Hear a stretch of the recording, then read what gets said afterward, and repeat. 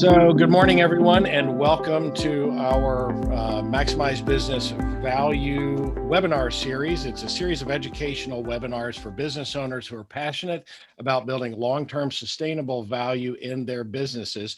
This is volume 4 in this series. So far, we've attacked things like finance, operations, and human resources. You can always find those replays of those webinars right on our YouTube channel, which is the Maximize Business Value YouTube channel.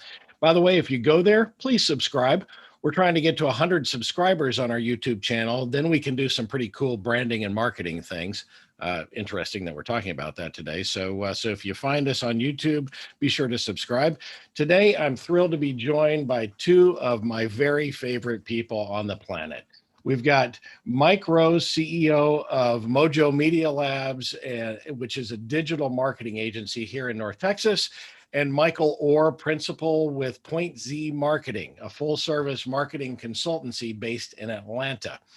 Now, I know two marketing guys named Michael, go figure.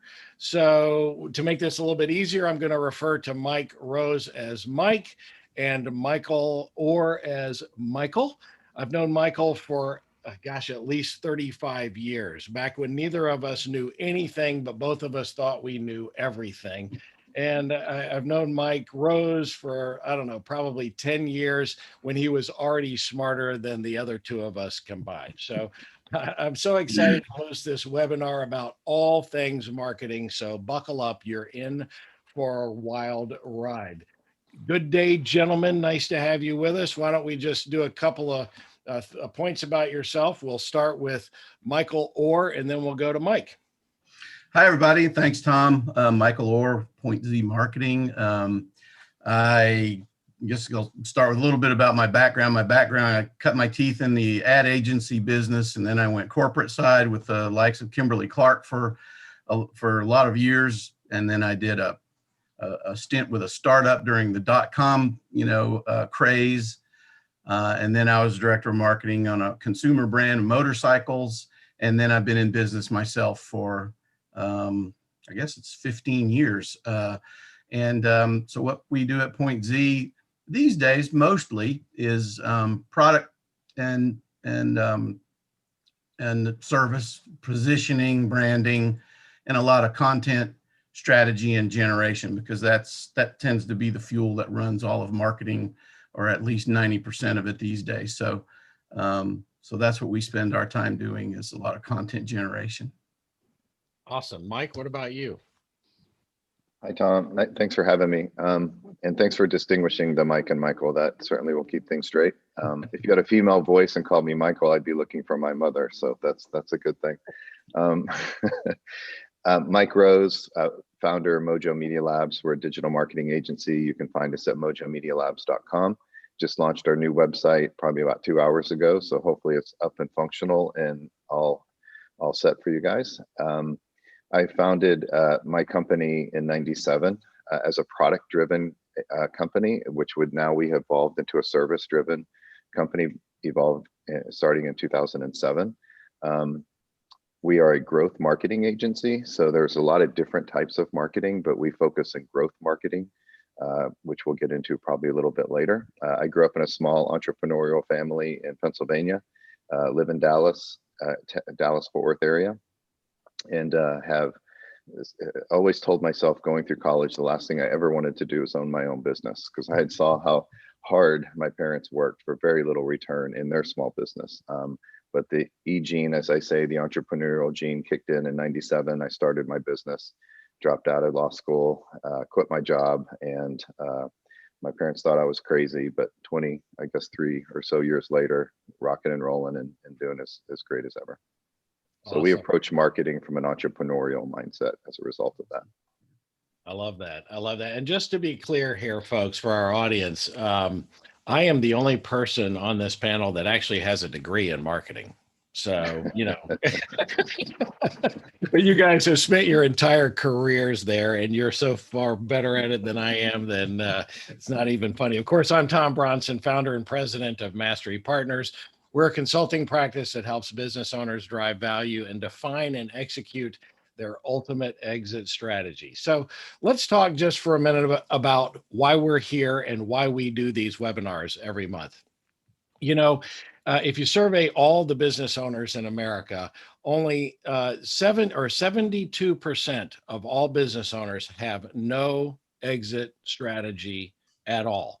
Now, you all know because you've been coming to our webinars and listening to our podcast and whatnot that I've bought or sold 100 businesses in my career. I never got into a business without first understanding the exit strategy and what that looked like. So this is alarming to me that 72% have no exit strategy at all. And 48% of business owners who want to exit today have no exit strategy at all. And here's why that's alarming. 83% of all attempted transactions, that is selling a business when you want to, or when you have to, or when you need to, 83% of them fail to reach the finish line. And that's what we're all about. We are passionate about driving long-term value and helping our business owners figure out, define, and execute a wonderful exit strategy. So I start with this question every month. Do you know the value of your business? Because by the way, that is the number one reason why businesses fail to have a transition because of unrealistic owner expectations of enterprise value. Do you know the value of your business? And if you do, when you think about it, is this what makes you, this is what it makes you think about sipping a pina colada out in Barbados or in Fiji or somewhere, or is this the way it makes you feel? Well, if this is the way it makes you feel, or somewhere in between the two of those, you're in the right place, because we're going to give you some practical advice today on how to build value in marketing. What I want you to do is, Kim's already put in the chat a handout for you. Feel free to download and print that out, or do what I always do. And I've got a legal pad sitting in front of me to make notes. And yes, I'll be making notes because I'm going to learn things from these guys today. But make notes, because at the end, I'm going to challenge you to pick the 1, 2, or 3 things that you can go and implement in your business today. You know, the thing is that we all go to these webinars, you know, before we'd go to day-long seminars and things like that. Then we walk back into our business and we get right into the day-to-day routine without taking the things that we've learned and applying them to our business. What I've found through the years is that whenever I go to a webinar or participate in a learning event, I, at the end, really think about, okay, what's the one thing I can do in my business right now? And then I go implement that. And if you can do that, you're making some great progress. So please make notes today, either on the handout that Kim sent in the chat or on a yellow pad. And let's get started. It's going to feel a little bit like we're drinking from a fire hydrant today when we run through this. But again, find those burning issues and let's figure out how to put those into action at the end. So today's discussion, we're talking about marketing. Let's jump right in. By the way, these slides, they may look like they're out of order. Well, because they are. They've come from a larger presentation that we give on things you can do to improve the value of your business, which, by the way, is my upcoming book that'll be out early next year. And so we've just taken the things that are important about marketing, put them into this presentation. And so if you look at all of our webinars, you'll be able to piece the whole presentation together on your own. So let's jump into the deep end. So why is it so important to be able to differentiate your product or service from the competition and know your USP or unique selling proposition? Let's start with Michael. Your unique selling proposition. So I think, you know, when I think about that, a lot of times in marketing, people are more reactive and kind of knee-jerk reactions to things. My favorite one in the last, decade is, we need to be doing social media. Well, the sentiment is probably correct that you need to be doing social media. But it's important to stop and ask, why, what do you want to get out of it, which I think we'll talk about later. And how am I going to differentiate myself from my competitors? I mean, the main reason you want to do that is so that you can get more of the sales than them. I mean, it's no more complicated than than doing that. And it makes your marketing more effective. And it makes every dollar, get more for you. And the way I always challenge clients to think about it is when you're thinking about positioning or USP or whatever you want to call it, I challenge them to envision themselves up in front of a room and they are flanked by, two competitors on either side. And there's 100 potential customers in the audience who are going to make a decision today. And you have 10 words to convince them, and so do your competitors. What are those 10 words? And if everybody sticks around features instead of benefits, and what I like to think about is how are you going to make their lives better? That's really what you're trying to do, is to solve things for them. If you stick around benefits, and I always joke with them, if you're a movie theater and your pitch is we have big screens and chairs, you're not going to get very far, right? And so that's where you're trying to set yourself out in the crowd and get more share, and get more attention, get more connection with your customers.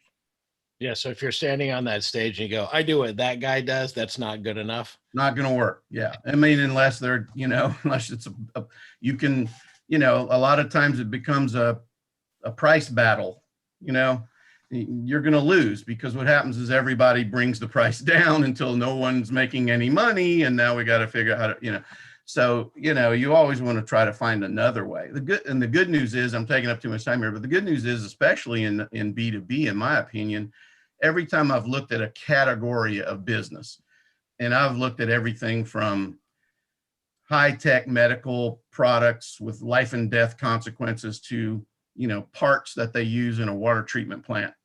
And when you look at a business category like that, I have rarely seen one where the door isn't wide open to differentiate yourself in a strong way, and in an emotive way too. That's the other thing. When we go toe to toe with CEOs and high level executives all the time, they're people too.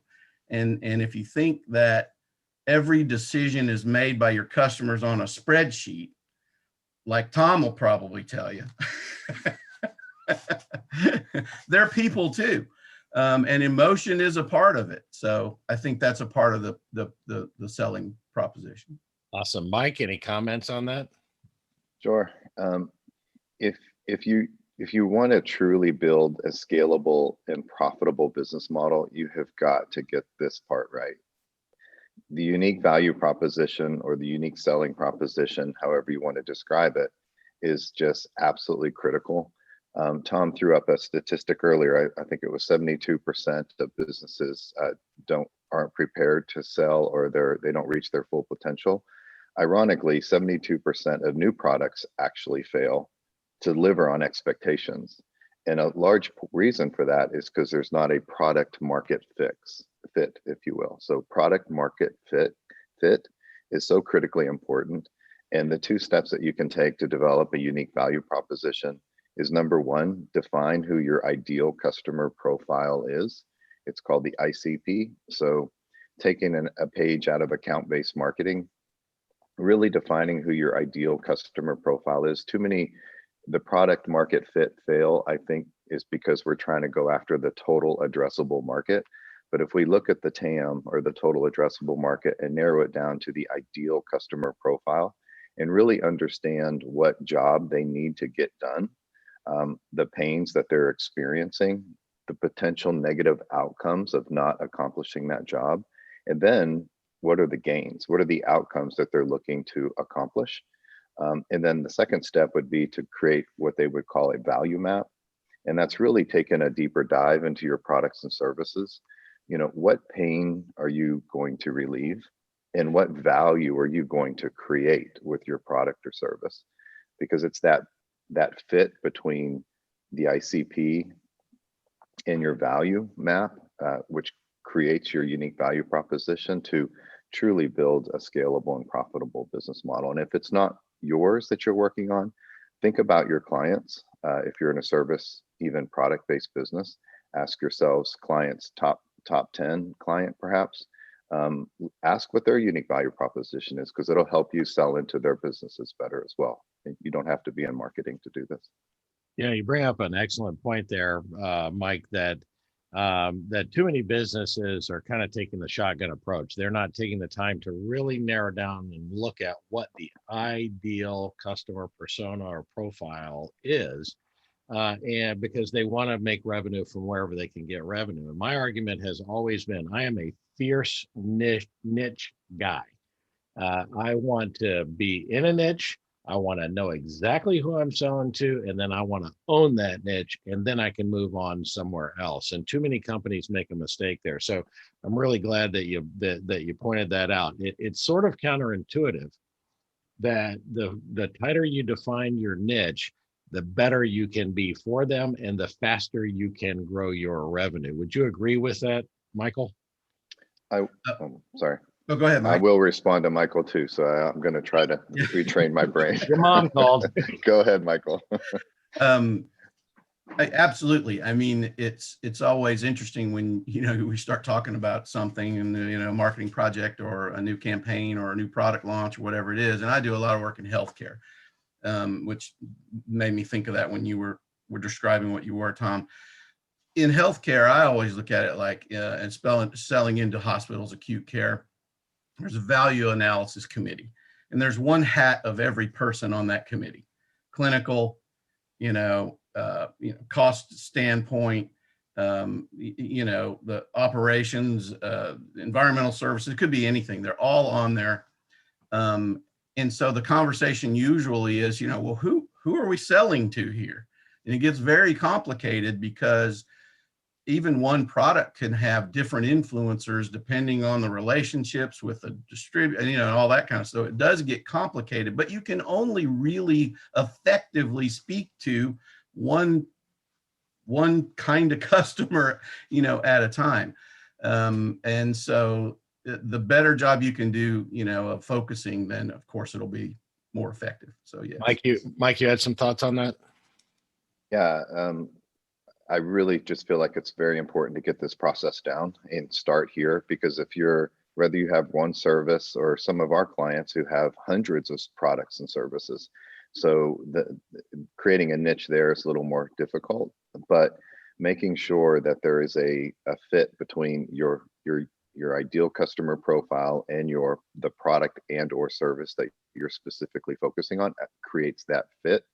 And think of the ICP as the building and the buyer persona as the people in that building. Right. So an ideal customer profile is what they would call firmographics, if you're into research like I am, in the proper Google terminology.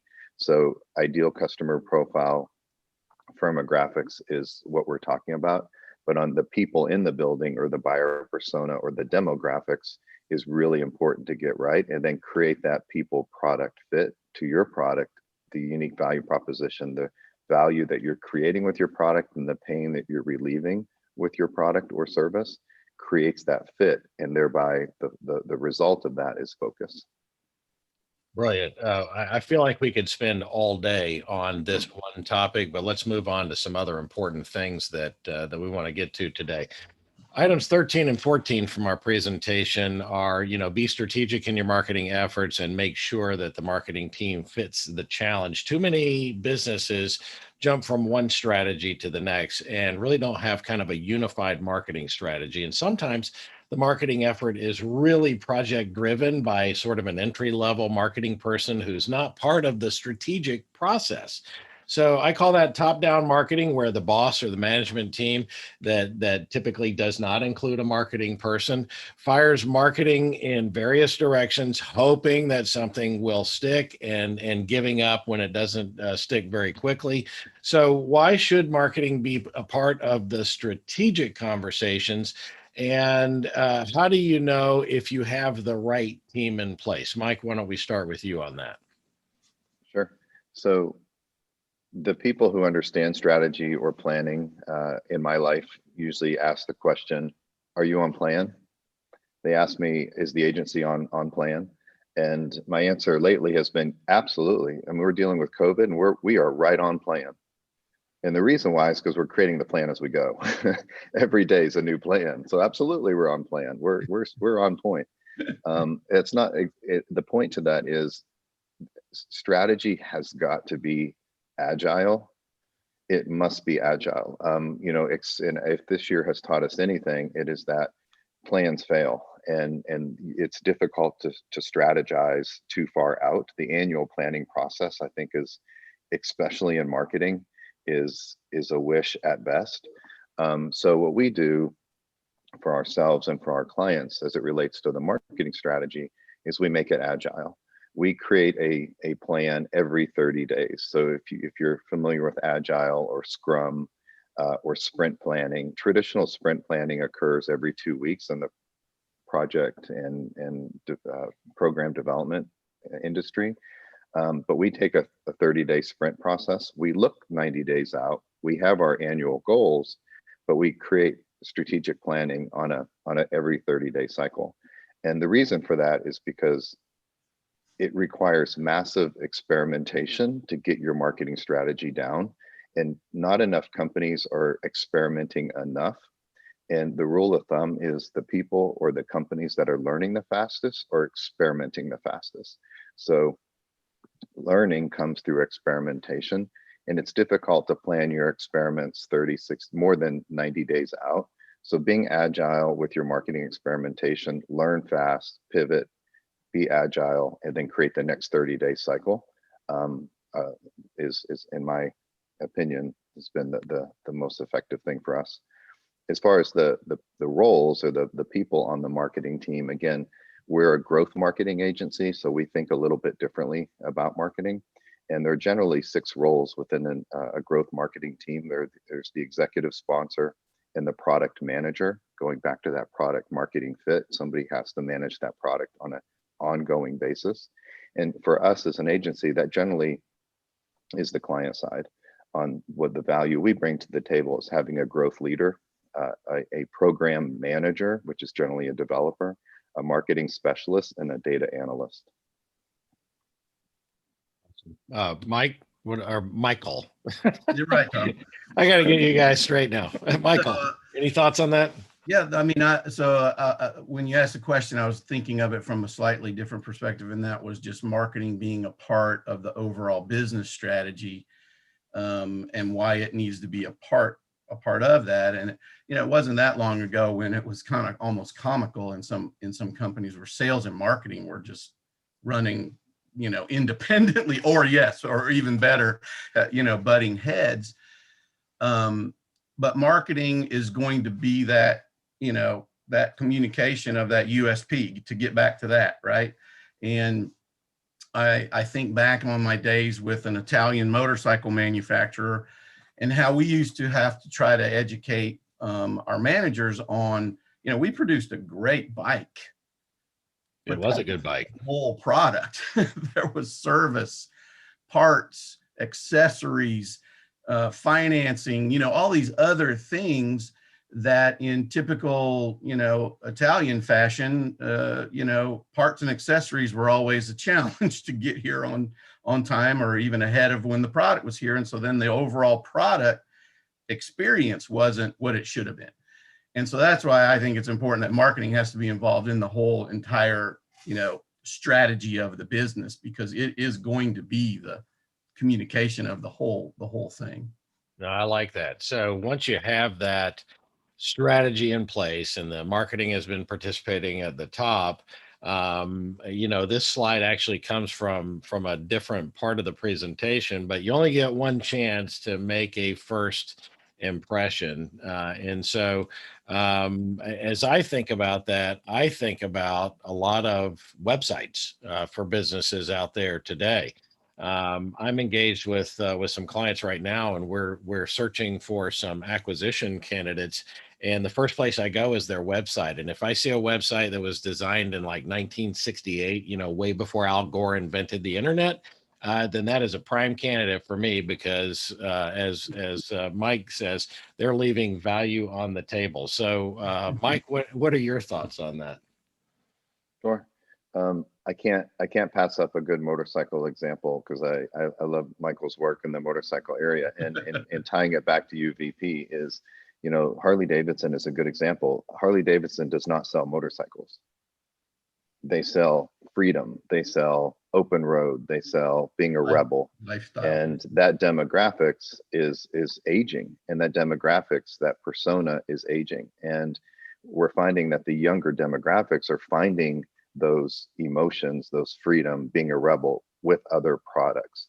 So staying competitive and staying relevant is super important, because these younger folks, if you will, are going to your website, and if they don't see the feeling that they want, freedom, being a rebel, buying a Harley Davidson, then they're going to go on to the next 10 things, because the biggest searches today on Google is top 10 X, or X versus X something else, right? So they're comparing and they're contrasting. And if you don't get in that consideration set of the first three, in the first top three of the consideration set, then you most likely won't be considered to either buy or have somebody buy or sell your product.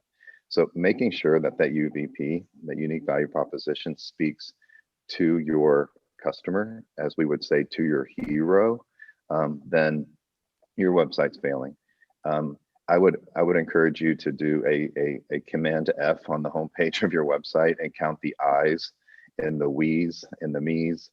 Count those pronouns, because it's not about you. It's not about you. You are the guide who is helping your hero, and your hero is your customer. Your website should be talking about them, not about you. All right, you're getting ahead of us now. We're going to talk about story branding in a few minutes. Cool. That's awesome, but I didn't know you could do that. Command F. So I'll be searching Michael's website later. I'll search your new website that was released 2 hours ago. That's great. So, Mike, any thoughts on making a first impression? No, I think we needed to draw the distinction between you going to a crappy website and wanting to buy the company versus a customer going to a crappy website and wanting to buy from the customer. Oh, yeah, absolutely. You're right. I mean, look, if you go to a crappy website, you know right away you don't want to buy there, right? I mean, No customer, no value, right? I despise, in this world of COVID currently, where, we buy a lot of food, online. We like to, order our Italian food and whatever online. Nothing frustrates me more right now than a restaurant that doesn't have online ordering, for crying out loud. I mean, and those exist. So yeah, let's move on, shall we? So examine your growth objectives. A growing business always commands a higher value than a flat or a declining business. So there are many businesses that are flat year over year, and they really need to pay attention to their growth initiatives. So how can marketing help define and execute growth initiatives? Michael? I think that process is, my mind first goes to, what a lot of companies will, innovation, and I think the process of innovation, which is deciding what is next, has a lot of parallels in, what you're doing in marketing in terms of identifying your customer, knowing them, very intimately, what are their problems, what keeps them up at night, and then how can we participate in that in a way that's relevant for us. And it's not, sometimes companies may go too far outside of what customers expect them to do, and then that doesn't work. So you've got to kind of look at all those you got to look at all that, the whole equation. And the other thing in looking for growth initiatives it could be a marketing campaign. It could be a whole new product. It could be a new sales channel. It could be a pricing strategy. It could be, and back to that thing about, the whole company is involved, right? And so I just look at a lot of parallels in that process. And if your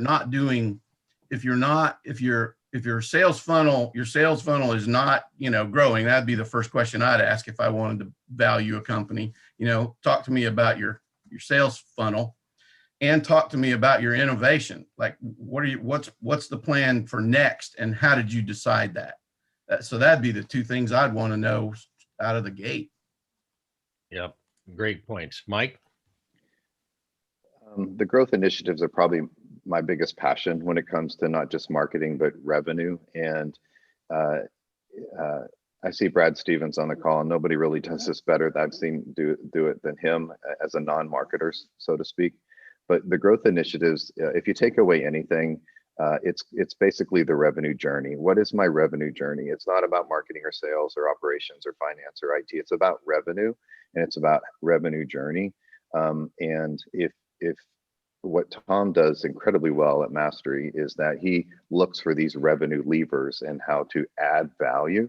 But if you look at the revenue journey, it's broken up into 6 parts. And you can find this under growth hacking or growth marketing if you want to do some research. But the first step is awareness, acquisition. Third step is activation, retention, referral, and revenue. So under each one of those 6 stages of the revenue journey, there are growth levers. And those levers are the ones that you want to look for in order to see how fast I can really excel the sales of my company or the revenue creation. And that is finding where of those 6 growth stages of the revenue journey is broken, and start there. If referral's an issue, if retention's an issue, if you're not creating enough awareness, then that's a really good way to prioritize, and then just run massive experimentation in those areas in order to grow faster. Yeah, this is really important, folks. That growth strategy is so very important because it does drive a lot of value. So our regular attendees know that I'm a huge fan of return on investment. I never spend money on anything. I only invest, which in my businesses, by the way. So, which means that I have to be able to measure the return on my investment if I'm investing rather than spending. When I talk to a lot of small business owners about measuring the ROI of their marketing efforts, they look at me like a deer in headlights.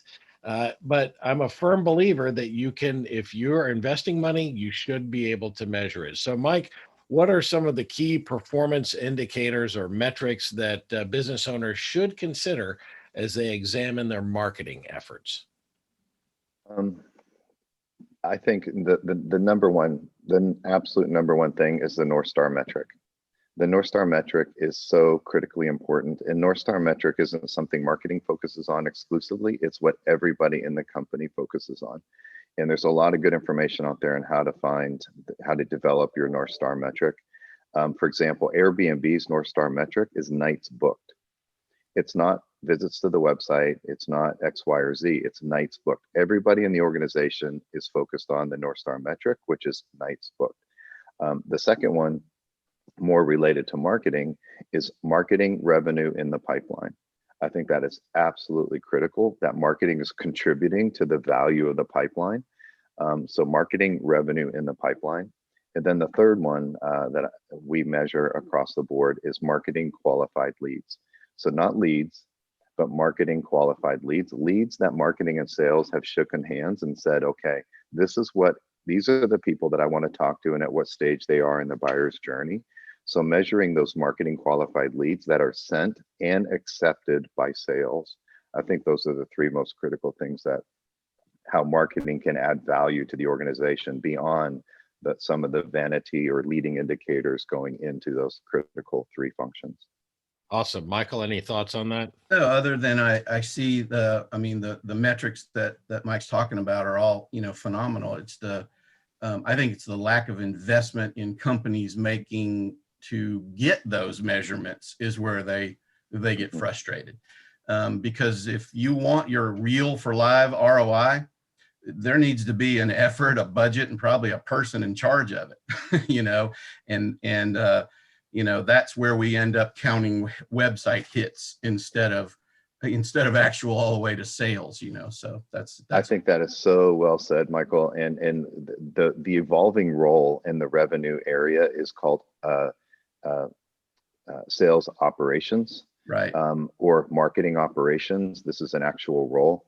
We're creating a new role that I think is evolving and helping our clients create it too, which is RevOps, revenue operations. That's and awesome. That RevOps role is designed to do exactly what Michael just said, and that is to dig into the data and look for those measurements, because we can start measuring marketing qualified leads, but if you have crappy property setups in your CRM and marketing automation, or it's not reliable or accurate, it all's for naught. So having that RevOps person who is a hybrid of a sales and marketing operations person is a really nice to have. That's right. That's awesome. I know Kelsey is listening right now. She is our new marketing intern. And by the way, we have a new thing. It's marketing ops. So I hope you were paying very close attention to that answer, Kelsey. So, uh, it is so important. You can measure the effectiveness of your marketing. Don't think that you've got to spend just to spend the money. You ought to be able to get a return on that. Enough said about that. And while we're talking about measuring things, I think it's a great idea from a marketing perspective to measure and monitor your customer satisfaction. An easy way to do that is using the Net Promoter Score to measure your customer satisfaction. Mike, what does that mean and how do you use it at Mojo? Yeah, so NPS or Net Promoter Score, it's a proprietary methodology to measure satisfaction. You can use it in several ways, but the two ways that we use it as customer satisfaction, but also eNPS, which is employee satisfaction. So basically, Net Promoter Score, if you're not familiar with it, is on a scale of 0 to 10, and it's one question. How likely are you to refer a friend, family, colleague to buy or from this company? And what's great is think about the industry that you're in and Google NPS benchmarks by industry. You can see where you stack up in your eNPSs if you were to run one, or even the C or client NPS, customer NPSs. And the NPS score is an absolute number. It's not a percentage. So 0 through 6 ratings are called detractors. 7 and 8 are called neutrals or passives. But the 9 and 10s are called promoters. Those are the people who are going to bump up that referral part of the revenue journey that I talked about. So if you look at Apple, for example, Apple's NPS, I looked this up right before the call, is a 72. And it far exceeds the NPS of the electronics industry. So knowing where your benchmark is in your industry and then running an NPS score, it could tell you volumes as to if you can really grow that referral part of your revenue journey. Awesome. Kim, are there any questions kind of coming in? Have you got anything? I see it's flashing at me, but certainly we want you to ask your questions and put them in the chat because we will pepper them in at any given moment. Kim, is there something relevant here? No, Michael Byzantine asked about NPS right before you went to it. So He is Johnny on the spot. He's always got his finger on the pulse of where I'm going next, and so that's awesome. So I think NPS is really important to measure for a couple of reasons too. When it comes to business value, the higher the NPS score, the more valuable that intangible is, and intangibles, when you go to transition your business, have an enormous impact on the value of the business. So an intangible would be your employees, right? Your human resources, which is typically, we talked about that last month, and that is typically the largest investment that you make. But your intangibles also are your customer base and your products and things like that. You have to be able to measure that because very happy customers at a business will always drive a higher value than unhappy customers at that business. And so it's important to measure and monitor that, and not only measure and monitor it, but know what to do with it once you've measured and monitored it. Mike, do you have any thoughts? Or Michael, do you have any thoughts on that? Nothing, just other than with the Net Promoter Score research that we've done, it's always enlightening. There's always something that the customer didn't realize that sometimes that they were doing, very well, or they anticipated they were doing pretty bad here, but they really weren't. And so it's an extremely valuable tool, to kind of check where you are. Yeah. I'll, just as a share a quick experience on NPS, is NPS isn't always going to come in through a survey. Sometimes that NPS score can come in through a conversation. So your customer or client success managers in a conversation with the client can say, hey, on a scale of 0 to 10, how likely are you can ask that question, and then you can manually document it, because you're not always going to get it virtually. But if you have promoters, they're likely to respond via survey. So and detractors are generally not going to respond that way, but they might respond to the CEO calling to ask how things are going and asking that question. So how to retrieve that score at a high enough level to measure and make a difference is really important. Awesome. So last couple of points here, and we'll take questions here at the end. I always recommend that whether it's in marketing or sales or operations or finance or corporate governance, when times are good in your business, it pays to invest a little bit to kind of get fresh eyes on to review the different parts of your business, make sure that you're current. And that includes marketing, of course. Michael, why is it so important to get fresh eyes on your marketing efforts? So I actually thought about this question is in a couple extra ways, but from a couple ways. From one perspective, you're talking about like getting some eyes to look at what you're doing that are an outside perspective, and it's because you get too close to your own business to be as objective as you could be, or that you would find value from being more objective. And I think that's, that's a very important thing to, and it's not just marketing, right? It's any aspect of your business. Is people just get too close, too personally invested in it. The challenge sometimes is hearing what needs to be what needs to be heard, and some people will take that and some people won't. And the other thing from an agency standpoint is, I can't tell you the number of times that I've gone in and said, look, I'm going to tell you something that's going to take money out of my pocket. You're doing whatever really well. Keep doing that, and so that's being objective on both ends is important. Is important to do that. When you were talking about getting new eyes, I was thinking about and investing. To me, it's more important to invest an optimal level when things are bad than it is to bump up your investment when things are good. Yes, you can. If you can go reach out and do some more things. And I'm talking about customer acquisition, or just your overall marketing expenditure. If the market goes down and you stop reaching out, and then the market comes back up, and then you're lagging. So I think it's better to just sort of equalize things in terms of in terms of getting eyes on your business. So I looked at that question two different ways, and I probably confused everyone. That's all right. You confuse me a lot, my friend. I know. So but that's why I love you so much. Mike, what are your thoughts on this? Thoughts are kind of like where we started, right? Unique value proposition to include your ICP and your buyer persona. So when I read this question, I'm thinking who you're asking this question to is a business owner, probably of a $2 to maybe $150 million company, who has probably spent almost their lifetime building this business, and they know there's more value in their business than what they have created on their own or with a good leadership team. So, what gets you to a certain point most likely won't get you to the next point. If I've learned anything, I've learned that I've either had to recreate myself or turn people over in order to have better thinkers on the team, or to reach out to better advisors and experts who have had the experience of taking a company to 20 or 30 or 40 million.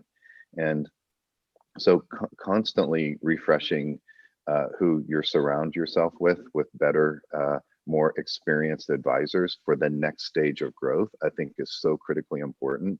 And I'm not just saying this because Tom's here, but Tom really provides a really great niche to prepare you to not sell, but per se, but to help you sleep at night, to know that you are driving the value in your business that you have spent everything on, whether it's mortgaging your house or, not spending as much time with your family, or all those regrets that you might have. You have to know that you built something larger than yourself. And unless you're, a Steve Jobs or a Bill Gates or, some Jeff Bezos, I mean, they have enormous people around them, but we can too. There's good people out there that can take a 360 look at our businesses at whatever stage we're in, at whatever value we're in, and say, hey, these are the 3-4 areas that I think you should focus in. And it's not most likely going to come from your accountant or your controller or your bookkeeper or your CFO. It's going to come from many different people. Yeah, I love that. Every time I've ever gone through that, and of course we do that with our clients. Thank you for your compliments. We do that with our clients every day, and many times the reaction from them and the same reaction from me when I have brought in outsiders to look at it. It's that, wow, I should have had a V8 moment.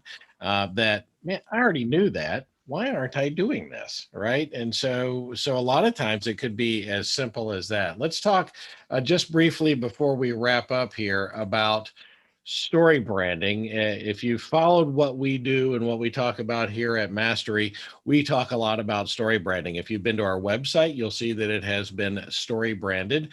I think that this is possibly one of the best books I have read in the last 10 years, Building a Story Brand. By Donald Miller. It's about transforming your marketing experience. It's a 7-step process that starts with defining a character who has a problem and meets a guide who gives them a plan and calls them to action that ends in success and helps them avoid failure. So I wanted to throw this in because Mojo, I'm so thrilled to say here, was just recently became a certified story brand agency. So Mike, why don't you give us your spin on story brand?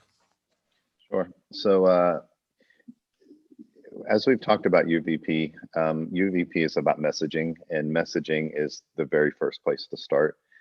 Making sure that you are, if you confuse, you lose, right? So it's how to simplify my message down to the point where I am actually speaking the value that I can deliver to my hero, my customer.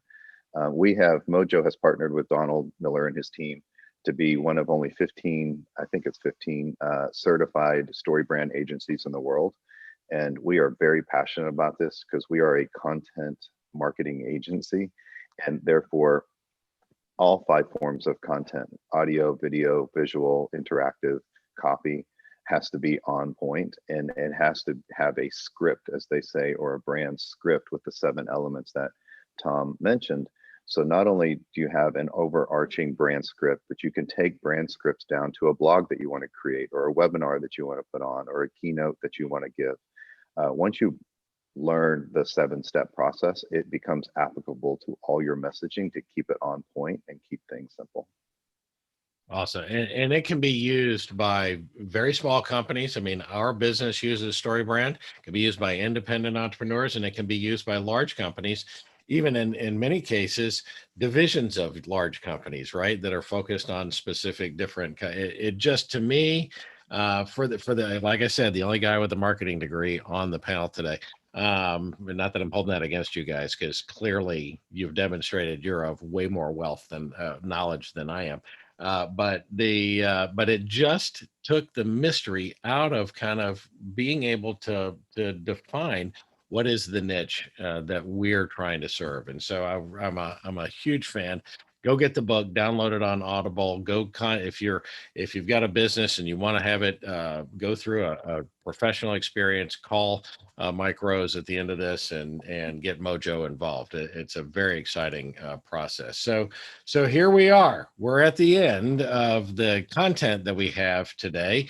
And now what I want you to do, we're going to take some questions, but what I want you to do is, from the notes that you have taken today, I want you to pick 1 or 2, no more than 3, but at least 1 or 2 things that you learned today that you are going to apply in your business. I started by talking about this at the beginning. It is so important when you come and learn at an event like this to take it and use it so that you can improve the value of your business. If you're open to it, we'd love to know what are the 1 or 2 most important points that you discovered. And if you would pop them in the chat, and Kim will share some of those with us. Kim, do we have any questions before I ask Mike and Michael for closing comments? Yeah, we have a couple.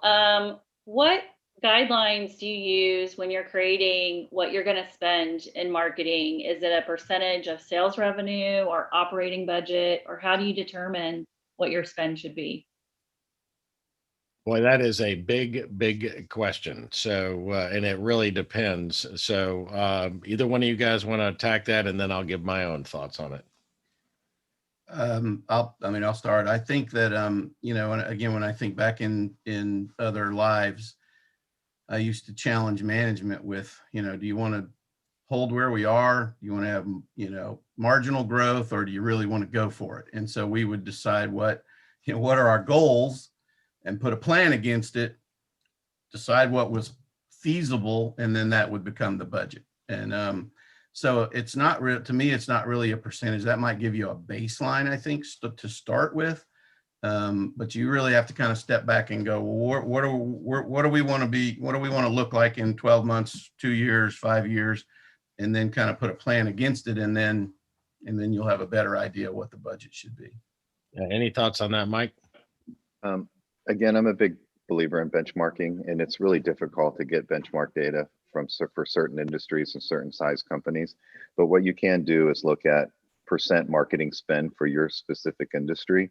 If you're in manufacturing, your percent marketing spend might be 2 or 3%.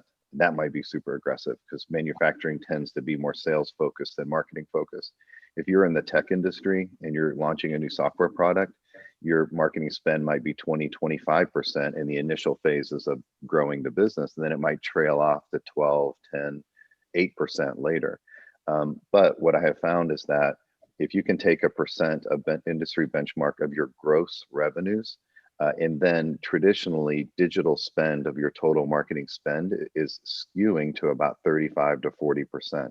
I haven't looked at those numbers pre-COVID, but I'll bet you digital spend is growing to 50+% of the total marketing budget, which again is generally a percentage of gross revenue or anticipated gross revenue based on the industry that you're in. And we see a lot of people who are underspending in marketing, and they're very much underspending on the digital spend. So that's where a good place to start.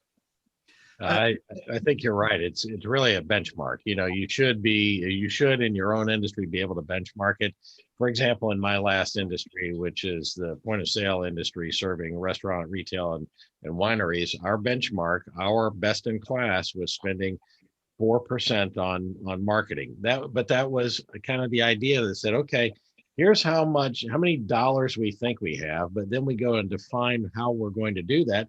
And that could slide up or down depending on what our initiatives are. If we're launching new products, it needs to go up. If we're just marketing to our customer base to cross sell, it might go down. And so, but there are all kinds of ways to think about it. I love that benchmark. Michael, you had another thought on that?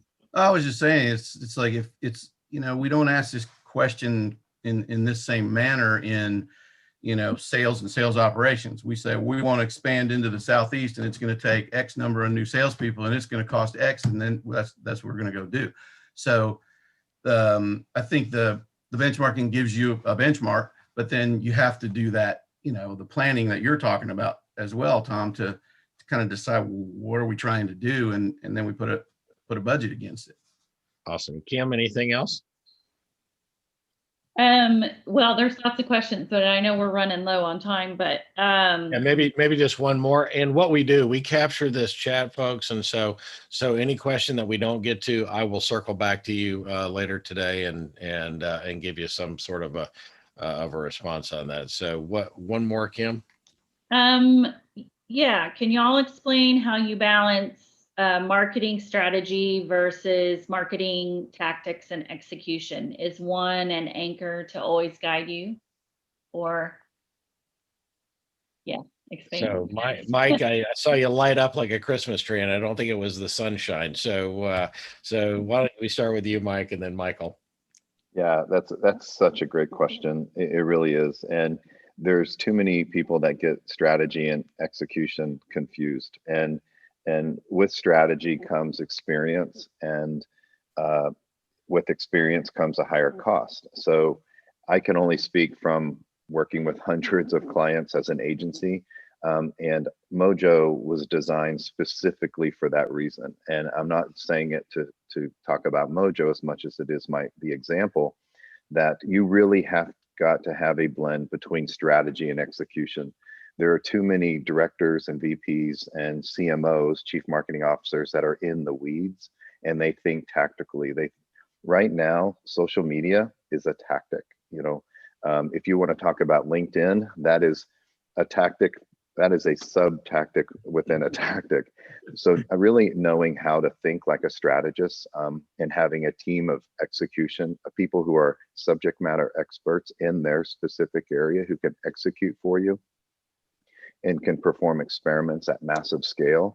And so the strategists who can feed information to leadership that are aligned to the business objectives is really important. So we designed Mojo to be strategy thinking with execution at the same time. It's the commercial from the Super Bowl many years ago where the strategists were sitting across the table and they presented the strategy to the client. And the client says, "That's fantastic. We love it. Let's do it." And they're like, "Oh no, we don't execute. We just come up with the ideas." So you have to do both, and you're rarely going to find one person who can do both, or even a small team of people who can do both. So figuring out what your balance of strategy and execution is, and then making sure you're only executing on the tactics that's going to drive revenue in the pipeline is really, really important. And that's the topic essentially of my book, ROE Powers ROI, is understanding the difference between vision, strategy, and tactics. And a great book. I highly recommend it. Michael, quickly, we're running out of time. Any thoughts on that? No, I totally agree. My company name Point Z kind of came from that idea, which is a lot of people want to just talk about going A to B. I need a brochure. I need a post on LinkedIn. Well, let's back up and talk about how it fits in the bigger picture. And at least let's separate the tactics from the strategy. And it is very difficult for a lot of people to do that. And of course, you can't talk about strategy until you agree on an objective. So you have to back them up a little bit.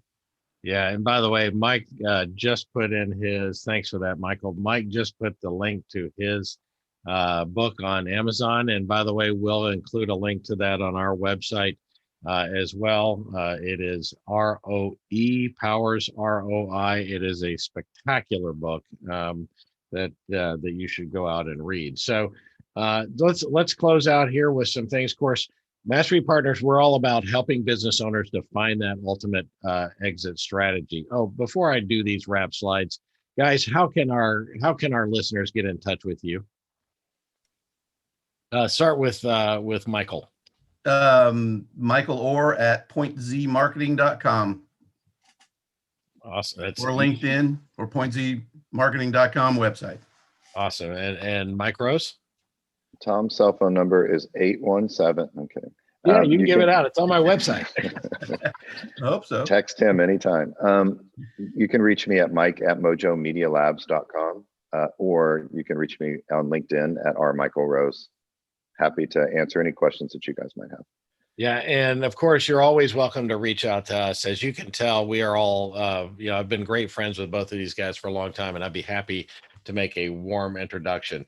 We're all about helping business owners prepare for that ultimate transition so that they can exit their business on their terms. We use a 4-step process to help business owners prepare for that transition. It all starts with an assessment of where the business is today, including an opinion of enterprise value, what the business is worth if a transaction happened tomorrow. The second step is, now that we know where you are, we help you define where you want to be. What does the ideal outcome look like for you, so that we can then, because we know where you are and we know where you want to be, we can build a path to get from point A to point Z. I'll start calling it now, Michael. That's step 2. Step 3 is that relentless execution of the strategy that we have in place. By the way, these are, this is where you execute, and that's where the tactics come in, right?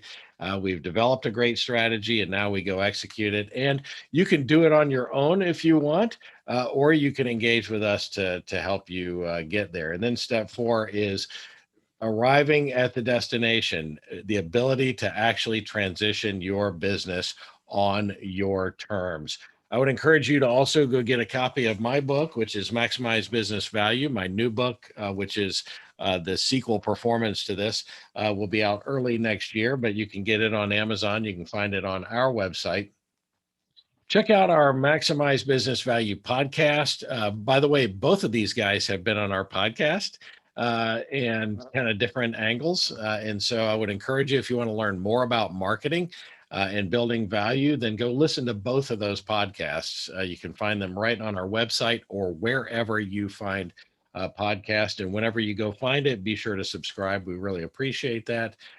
Next time, we are skipping December, and we're going to be right into January 14th. We have got just a spectacular program lined up already. Tom Neeson with Acuity Systems is going to be joining us to talk about sales. Now that we've talked about marketing, we're going to jump across the fence and talk a little bit about sales in January. So be sure to register for that webinar coming up on January 14th. And this is a sneak preview. Starting in January, we're going to begin a new program called the Maximize Business Value Masterclass, where you can come in and get some great teaching tools each month. It's a 12-month program. You get some great teaching tools. You will then also be walking through our assessment tool, and you'll have at the end an opinion of the enterprise value of your business, and you'll have ideas about how to go and improve the value of your business. So be on the lookout for that. We haven't started promoting. In fact, this is the first time that I started promoting that here. You can go on our website and apply. And so be sure to go do that if you're interested.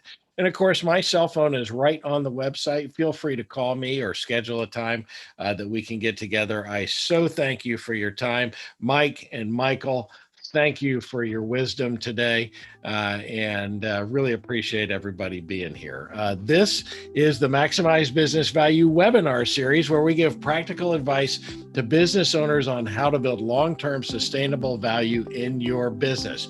So until next time, January 14th, I'm Tom Bronson, reminding you to leverage your marketing efforts while you maximize your business value.